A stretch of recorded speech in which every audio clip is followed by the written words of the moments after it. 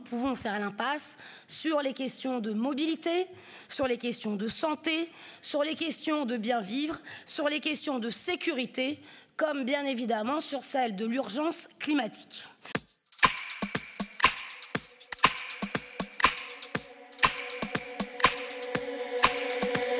Évidemment, le vote du budget est toujours un temps et un moment important dans une collectivité territoriale, quelle qu'elle soit. Il s'agit avant tout de répondre aux attentes, aux besoins des populations,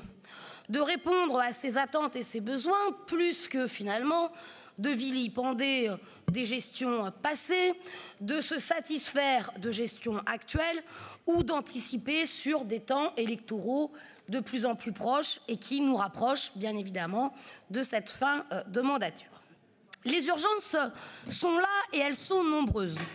Cela a déjà été évoqué par de nombreux intervenants précédemment, mais bien évidemment, nous ne pouvons faire l'impasse sur les questions de mobilité, sur les questions de santé, sur les questions de bien vivre, sur les questions de sécurité, comme bien évidemment sur celle de l'urgence climatique. Nos amendements et l'ensemble de nos amendements pour notre groupe iront dans ce sens et nous reviendrons bien évidemment plus en détail au moment de la présentation de ces amendements. Mais permettez-moi tout de même de revenir rapidement sur ces quelques grands thèmes. Tout d'abord, celui de la mobilité. De la mobilité parce qu'il fait partie de nos compétences pleines et entières, parce que l'an dernier, une partie de notre région, une partie de la France, de ce que l'on a qualifié de France rurale, de France périphérique, de celles et de ceux qui se sont eux-mêmes désignés comme les oubliés, nous ont fait peut-être pour certains prendre conscience, pour d'autres nous l'avions déjà, cet enjeu de la mobilité, de la nécessité de se déplacer pour pouvoir étudier, pour pouvoir se former, pour pouvoir travailler.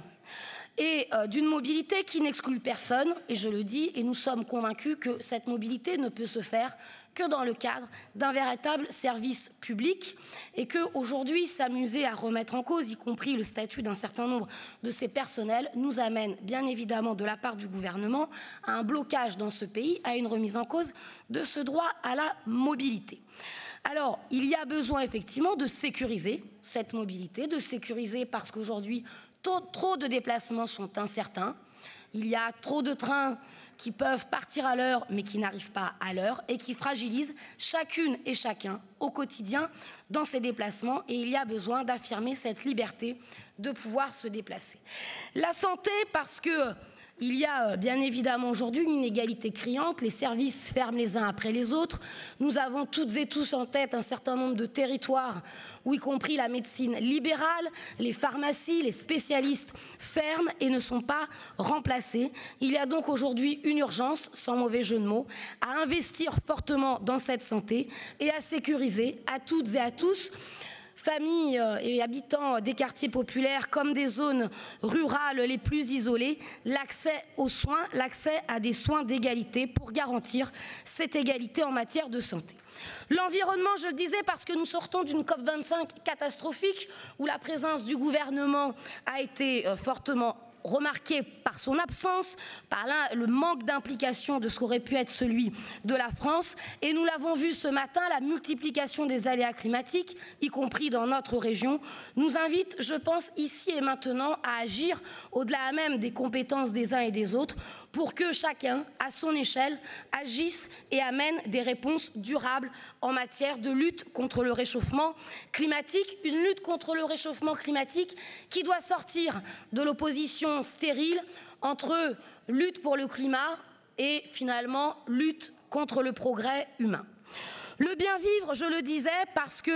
aujourd'hui, la précarité et l'isolement sont malheureusement le lot de nombreux concitoyens de notre région.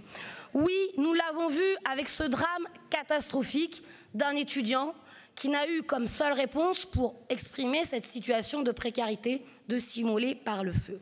Oui, parce que nous l'avons dit également ce matin, la question agricole dans notre région comme ailleurs est centrale et cruciale et nous avons besoin d'accompagner une agriculture où l'agriculteur puisse en vivre mais aussi l'ensemble de la population puissent se nourrir convenablement et à moindre coût. C'est ce que j'appellerais faire vivre finalement la fraternité.